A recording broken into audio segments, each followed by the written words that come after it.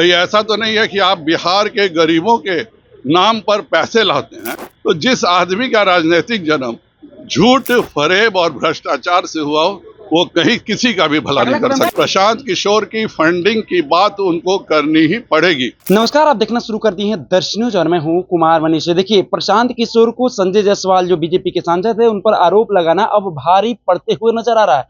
आपको बता दें कि प्रशांत किशोर ने संजय जायसवाल पर आरोप लगाया था कि संजय जायसवाल अपना पेट्रोल पंप बचाने के लिए पुल के अलाइनमेंट में चेंज किया था।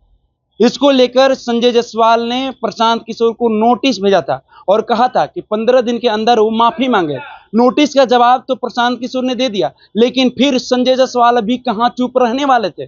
संजय जायसवाल ने फिर एक बार आईपैक्ट और जनसुराज को लेकर बड़ा खुलासा करते हुए क्या कुछ कहते हुए नजर आ रहे हैं। पहले सुनिए इस पूरे बयान में। प्रशांत किशोर ने आप पर गंभीर आरोप लगाया था, उसके बाद आपने नोटिस भेजा उन पर। देखिए, उन्होंने अलाइनमेंट चेंज करने का आरोप मुझ पर लगाया था कि मैंने छावनी आरोपी का अलाइनमेंट चेंज किया। जो उन्होंने वकालतनामा के द्वारा परसों रात को रिप्लाई किया, उसमें एक शब्द भी उन्होंने अपने उस अलाइनमेंट चेंज का जो आरोप लगाया था उस पर नहीं बोला। लेकिन मैं उन पर उसी में उन्होंने लिखा है कि वह 2024 अक्टूबर में जनसुराज पार्टी बनाए, जिसके लिए वो बहुत पॉपुलर हुए। कल मैंने कागज और सबूत सहित बता दिया कि यह पार्टी 2022 अगस्त में लॉन्च हो गई थी और उसका वही डायरेक्टर था शरद कुमार मिश्रा, उसका वही महासचिव था विजय साहू, जो 2022 में था वही 2024 में भी था। तो इसका मतलब है कि ये पूरे बिहार से लगातार 2 साल झूठ बोले हैं कि मैं घूमूंगा, देखूंगा और मुझे उचित लगेगा तब मैं जनसुराज पार्टी बनाऊंगा। उसी तरह से इन्होंने एनरिका एंटरप्राइजेस से चंदा लिया। और चंदा किसका है? एनरिका एंटरप्राइजेस, उसके तीनों डायरेक्टर शराब के बड़े बड़े डायरेक्टर्स हैं। तो क्या यही कारण तो नहीं है कि प्रशांत किशोर हर जगह कह रहे हैं कि मैं 1 घंटे में शराबबंदी उठा दूंगा? कल वो कहेंगे कि बिहार में हत्या भी हो रही है, बलात्कार भी हो रहा है, तो मैं अब 1 घंटे में हत्या और बलात्कार हटा दूंगा, बशर्ते जनसुराज पार्टी को तुम पैसे दो। ये पूरा का पूरा एक बहुत बड़ा घोटाला है। प्रशांत किशोर की फंडिंग की बात उनको करनी ही पड़ेगी। वो नहीं करेंगे तो मैं बोलूंगा।